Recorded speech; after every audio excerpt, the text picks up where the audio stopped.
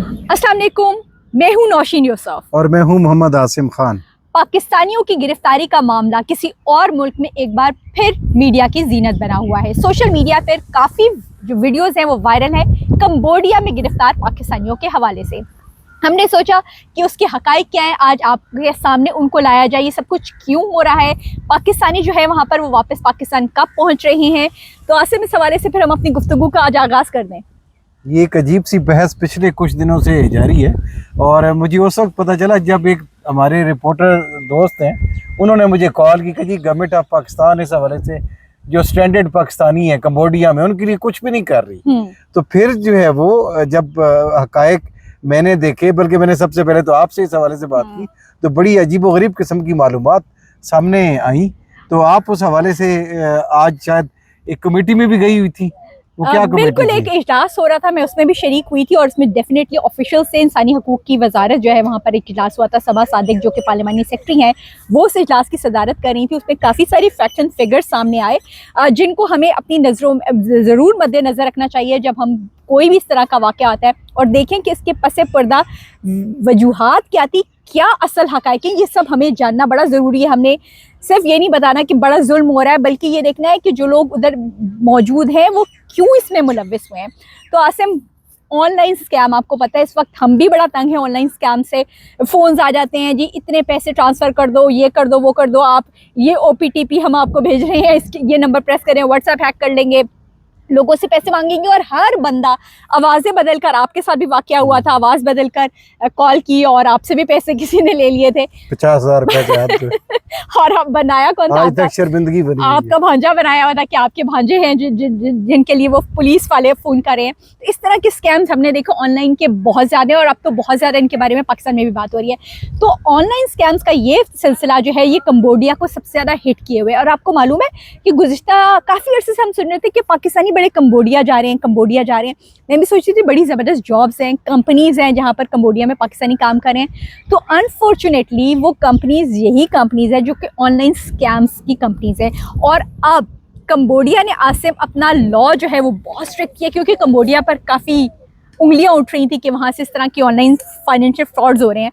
तो उन्होंने combating online scams का एक कानून मुतारिफ करा दिया आसिम 7 अप्रैल को। इसमें भी मैं देख रहा था कि शायद वहाँ पे भी जब तक दबाव ना आए तो लोग काम नहीं करते।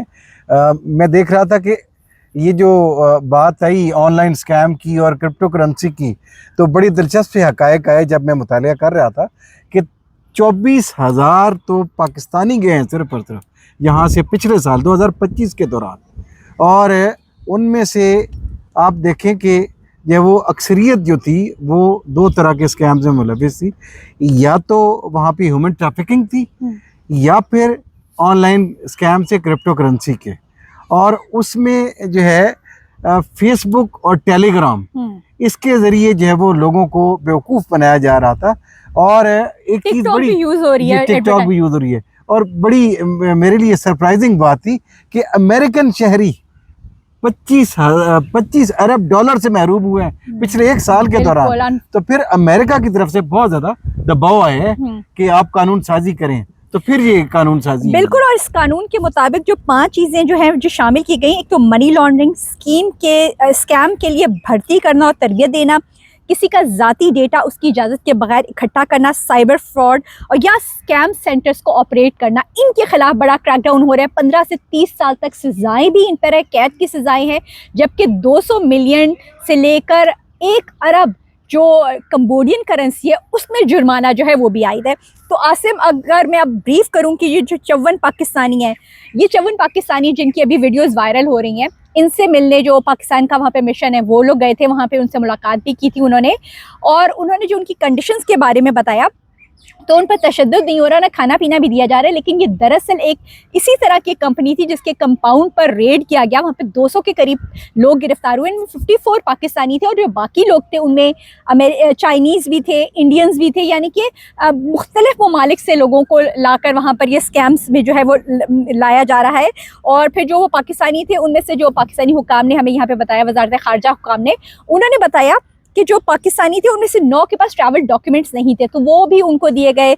और अब ये है कि जो नया कानून है, इसके बाद वजारत ख़ारजा हुकाम ने कहा है इसके बाद मज़ीद सख्ती होगी, मतलब मज़ीद जो है इस तरह के क्रैकडाउन्स होंगे और मज़ीद पाकिस्तानी जो हैं वो वापस आएंगे। और आपको मालूम है आसिम, सिर्फ कंबोडिया नहीं, थाईलैंड और म्यांमार में भी इस तरह के केसेस सामने आ रहे हैं और 15,000 पाकिस्तानी जो है वो कंबोडिया में मौजूद है और ज़्यादातर पाकिस्तानी जो है वजारत के मुताबिक वो इसी तरह की जॉब्स में जो है मुलविस है। और जो कंपनीज़ हैं, जो स्कैम कंपनीज़ हैं, वो उन्हें पैसे देती है, बेनिफिट्स देती है। और दिलचस्प बात यह है कि लोग एक कंपनी छोड़ के दूसरी स्कैम कंपनी को ज्वाइन भी करते हैं, यानी एक जॉब छोड़ के दूसरी जॉब पे ट्रांसफर भी हो जाते हैं। बेसिकली माफिया है ना, मुख्तलिफ कंपनीज बनाई है, बिल्कुल, इधर से निकला तो दूसरी में चला गया। और नौशीन, एक चीज आपने अभी म्यांमार का जिक्र किया, ये जो 24,000 की मैंने बात की थी, तो इनमें से 12,000 तो सीधे सीधे जो है वो आइडेंटिफाई हो गए। अब जो है उनमें 4,000 लोग वो हैं जो स्लिप होके म्यांमार चले गए और उन 4,000 में से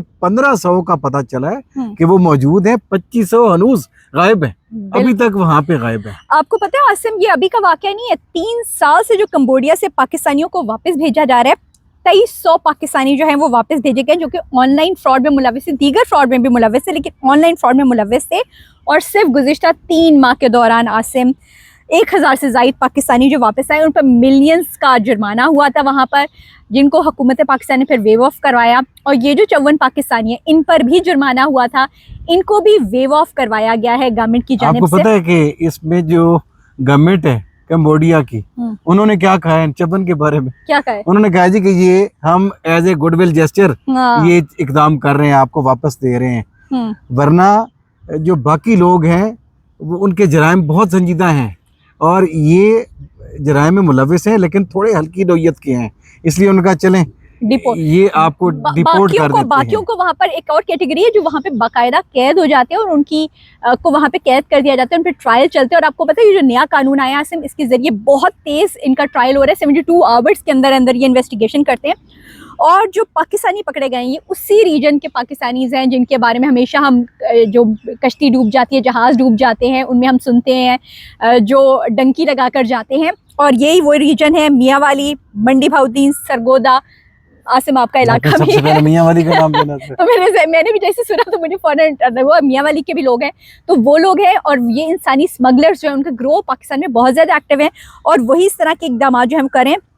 अब चक्कर ये है कि हुकूमत पाकिस्तान ने उनका जुर्माना तो माफ़ करवा दिया है एज अ गुडविल जेस्चर, आपने कहा कंबोडिया की गवर्नमेंट ने भी कर दिया है, लेकिन अब उनकी वापसी के टिकट उन्होंने खुद अरेंज करने हैं। और वो कह रहे हैं कि वो लोग कह रहे हैं कि हम उसको अरेंज कर रहे हैं और पाकिस्तानी जो खुद वहाँ पे हैं उन्होंने ही अरेंज करने हैं वो टिकट। तो वो 4 मई तक एक्सपेक्टेड है कि ये पाकिस्तानी जो हैं वो वापस पाकिस्तान आ जाएंगे। और अब वजारत ख़ारजा ने कैटेगोरिकली आज आसिम इस ब्रीफिंग में बताया है कि अब पकड़े जाने वाले अफराद की तादाद में जो है वो इजाफा ज़्यादा हो रहा है। और आपको पता है पाकिस्तानी सिर्फ ऑनलाइन स्कैम नहीं और भी चीज़ों में मुलविस हैं, मसलन जालसाजी, इंसानी स्मगलिंग, चोरी, डकैती, जबकि थाईलैंड वगैरह में जिनसी जराइम, इन सारी चीज़ों में भी पाकिस्तानी जो मुलविस है। और इस वक्त थाईलैंड में भी 21 पाकिस्तानी जो हैं वो कैद है, गालिबन जो वहाँ पर हम समझते थे ये लोग यहाँ पे झंडे गाड़ते हैं, हाँ। इन्होंने तो बैनुल-अक़वामी स्तर पे झंडे बिल्कुल। और जो अहमद आलम थे जो इंटीरियर मिनिस्ट्री से आए हुए थे, उन्होंने ब्रीफिंग में बताया कि जो पाकिस्तानियों को 1 साल के अंदर मुख्तलिफ जो जेलों में कैद पाकिस्तानी है जिनको दुनिया से वो लाए हैं वो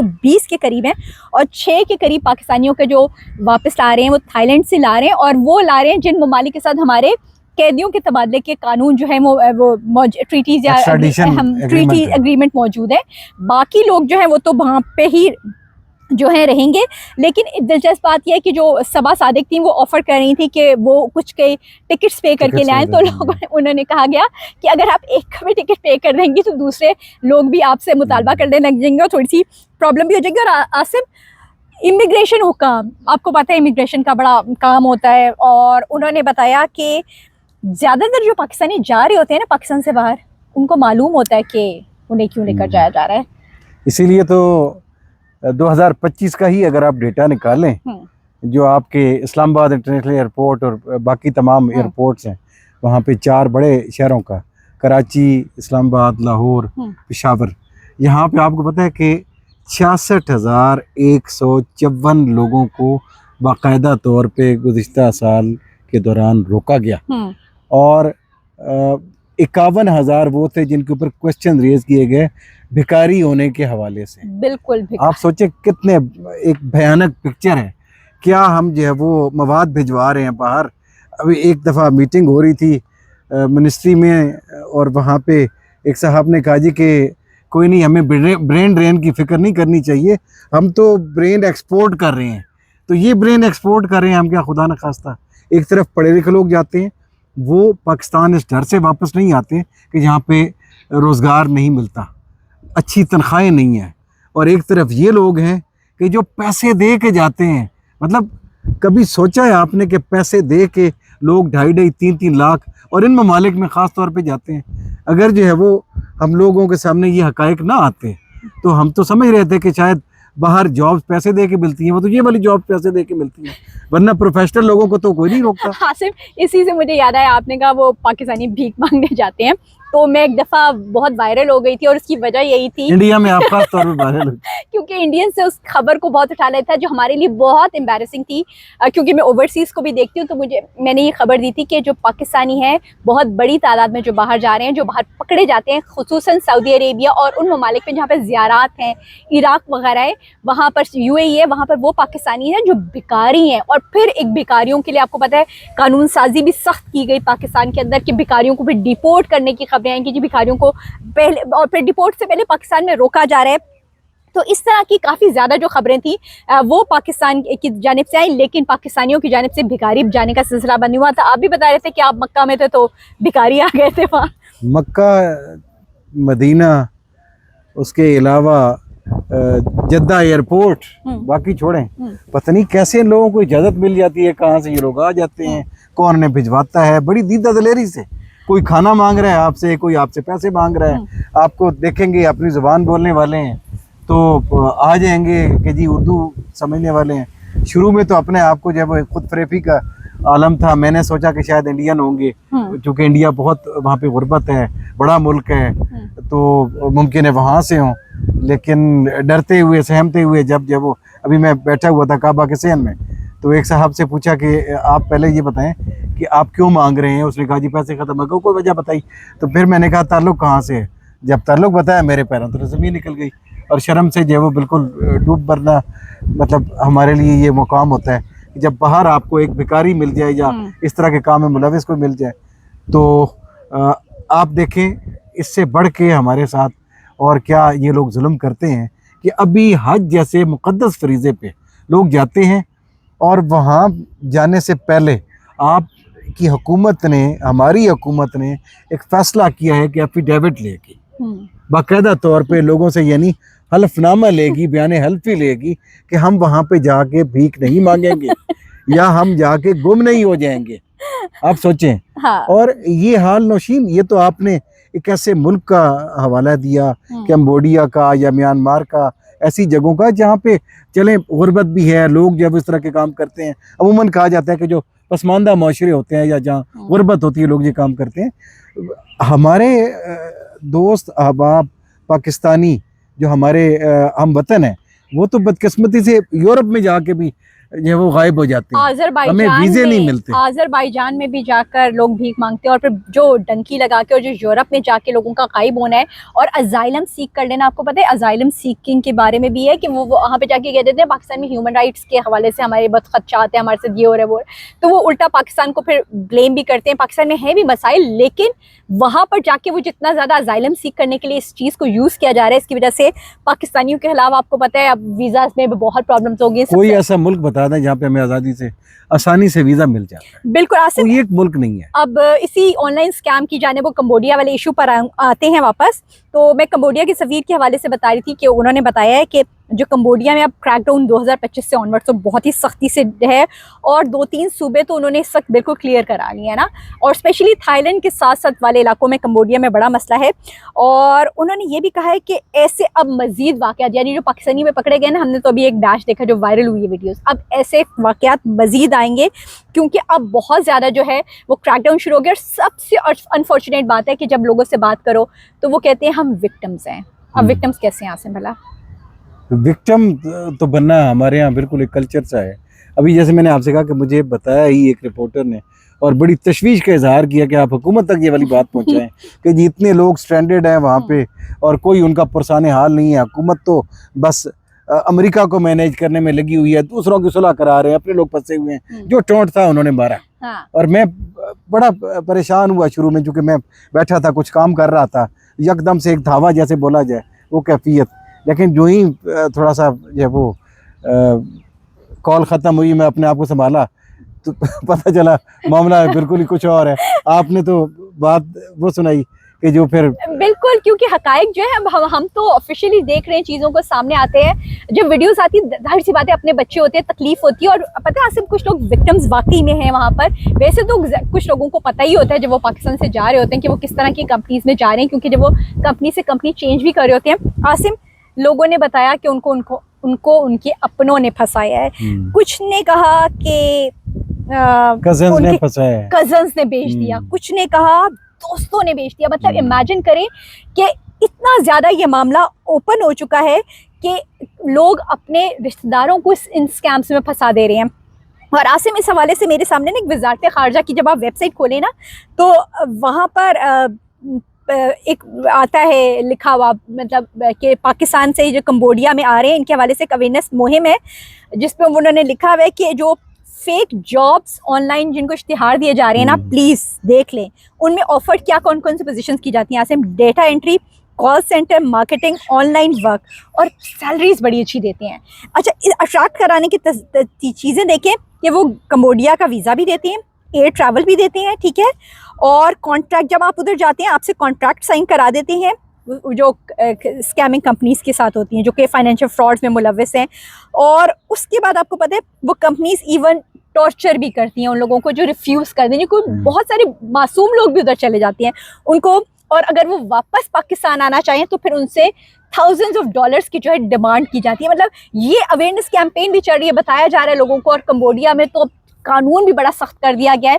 मतलब आप सोचें ना कि आप मुल्क से बाहर हैं और आप इस तरह की सरगर्मियों में मुलव्वस हो जाएं, और 15,000 पाकिस्तानियों को तो जाना, और फिर एक बड़ी तादाद के इस तरह की चीज़ों में मुलव्वस हो जाना। आसिम, ये बड़ा अलार्मिंग है।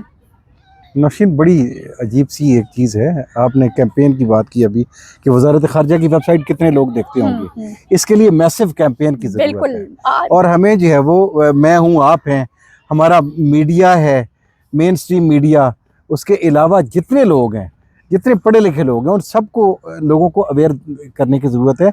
आपने देखा होगा मेरे भी रिश्तेदार, मैं एक पसमानदा गांव से ताल्लुक़ रखता हूँ, बाकी भी जो है वो हमारे दोस्त अहबाब, बहुत सारे लोग अप्लाई करते हैं ऐसी ही जॉब्स के लिए, और वो लोग जब जाते हैं फंस जाते हैं वहाँ पे जाके। और आपने देखा होगा कि जो ओवरसीज़ के नाम पे लाइसेंस मिलते हैं, तो इनकी भी बड़ी सख्त जो है वो स्क्रूटनी होनी चाहिए। मैंने देखा है कि इनका जो है वो एक प्रोसेस होना चाहिए बहुत रिगोरस कि आप किन को लाइसेंस दे रहे हैं, और इनकी कोई हिस्ट्री भी है। ये अगर बाहर के मुल्क में लोगों को जॉब दिलवाएंगे तो आगे इनके राब्ते किन किन लोगों के साथ हैं, इसका मालूम करना बहुत ज़रूरी है। और आप देखें, लोगों को आप जज़ा सज़ा के बारे में बताएं। मसलन एक चीज़ जो है वो मेरा ख्याल है कि मज़ीद इसे हाईलाइट करने की ज़रूरत है। आप चूँकि मुख्तलिफ़ इदारों के साथ भी आपका वास्ता पड़ता है आए रोज़, तो इसमें ओवरसीज़ फाउंडेशन भी है, ओवरसीज़ मिनिस्ट्री भी है। तो इसमें देखें, यहाँ पे अभी कंबोडिया ने बड़े सख्त कवानीन मुतारफ़ कराए हैं। इसमें जो है वो आप देखें कि जो लोग मालियाती स्कैंडल्स हैं या जिनसी स्कैंडल्स हैं, इसमें तो उन्होंने रखा है 2 से 5 साल एक आम आदमी के लिए कैद, और जो इनके लीडर्स हैं उनके लिए 5 से 10 साल की सज़ा है। इसी तरीके से जो लोग ह्यूमन ट्रैफिकिंग जैसे जराइम में मुलव्वस हैं, जो कि ज़बरदस्ती से लोगों को रोक लेते हैं वहाँ पे, या यहाँ से बहला फुसला के ले जाते हैं मुख्तलिफ़ नामों से, तो वो लोग जो है उनको 15 से 30 साल की सज़ा है लीडरों को, और जो आम आदमी है उसको है 5 से 15 साल की सज़ा, जो कि इसमें मुलव्वस पाया जाएगा। तो हमें जो है ये इस हवाले से भी एक मेरा ख्याल है कि कैंपेन करने की ज़रूरत है, अवेयरनेस फैलाने की ज़रूरत है।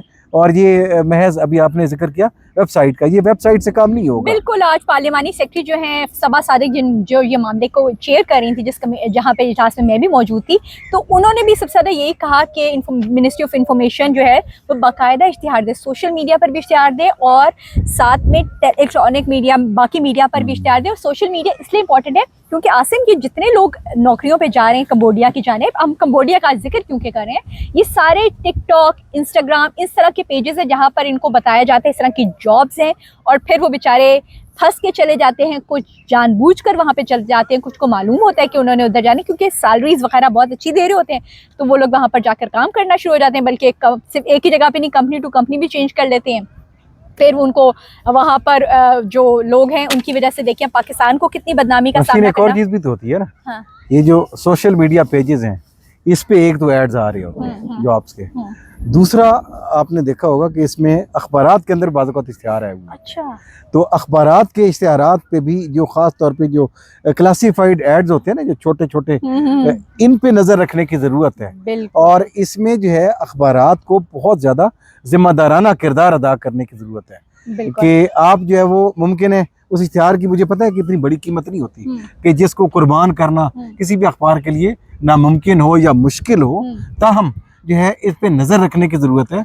और हमारे जो FIA है, इसके अलावा जो तो बाकी लॉ एनफोर्समेंट एजेंसीज हैं, बदकिस्मती यही है, वक्तन फवक्तन जो है वो इनके अपने ऑफिसर्स के खिलाफ भी कार्रवाइयाँ होती हैं। और भी जो है वो स्कैम्स हैं, बहुत सारे लोग इसमें जो मुख्तलिफ एजेंसीज के मुलविस पाए गए बदकिस्मती से। ह्यूमन ट्रैफिकिंग, ख़ास तौर पे ड्रग्स ट्रैफिकिंग हो गई। तो ये मेरा ख्याल है कि इस पे हमें भी जो है वो मज़ीद इस तरह के प्रोग्राम करने चाहिए, मज़ीद मालूमात पहुंचानी चाहिए कि हायरिंग का इनका प्रोसेस क्या होता है, इसको इन्वेस्टिगेट करने की ज़रूरत है कि पाकिस्तान के अंदर जो है, यकीनन हमारे इदारे इस पे काम कर रहे होंगे। तो मैं समझता हूँ कि आप इस पे भी आगे आइंदा काम करें कि जो लॉ एनफोर्समेंट एजेंसीज हैं वो किन किन इलाकों के अंदर कैसे क्रैक डाउन कर रही हैं। आसिम, अब बारिश भी काफ़ी शुरू हो गई, तो हम वाइंड अप करते हैं। तो इस हवाले से मैं आखिरी बात करना चाहूँगी आसिम कि अब ये पाकिस्तानी वापस आ रहे हैं, और आपको पता है पाकिस्तान में भी ऑनलाइन स्कैम जो है वो बहुत बड़ी प्रॉब्लम बन चुका है। हमें अब इन पर भी नज़र रखने की ज़रूरत है, क्योंकि जब वापस आएंगे तो डेफिनेटली वो वहाँ से काफ़ी कुछ सीख कर आए होंगे और उनको यहाँ पर लोग यूज़ भी करेंगे, और वो खुद भी इस तरह की चीज़ों में मुलविस हो जाएंगे, जिसकी वजह से जो पाकिस्तान से फाइनेंशियल ऑनलाइन स्कैमिंग है ये बहुत बढ़ सकती है। तो इसके लिए मेरे ख्याल में सबसे ज़रूरी है कि जो लोग वापस आ रहे हैं हम उनको विक्टिम ज़रूर ट्रीट करें, लेकिन उनके ऊपर नज़र भी कड़ी रखी जाए, ताकि पाकिस्तान में इस तरह के वाक़यात जो हैं उनकी भी रोकथाम की जा सके। आप ये कह रही हैं कि जैसे बाहर से अमेरिका और यूरोप से लोग आते हैं, बड़ा हमें एहतराम देते हैं, महारत है, तो इस शोबे के अंदर अब हमें माहिर भी मिलने वाले हैं। तो इसके साथ ही आज का हम शो ख़त्म करते हैं, और कंबोडिया में जो पाकिस्तानी हैं कैद, उनके हवाले से जो हकाइक थे वो आज हम आपके सामने लाए। इसके साथ ही नौशीन यूसुफ और मोहम्मद आसिम खान, इजाज़त दीजिए। अल्लाह हाफ़िज़।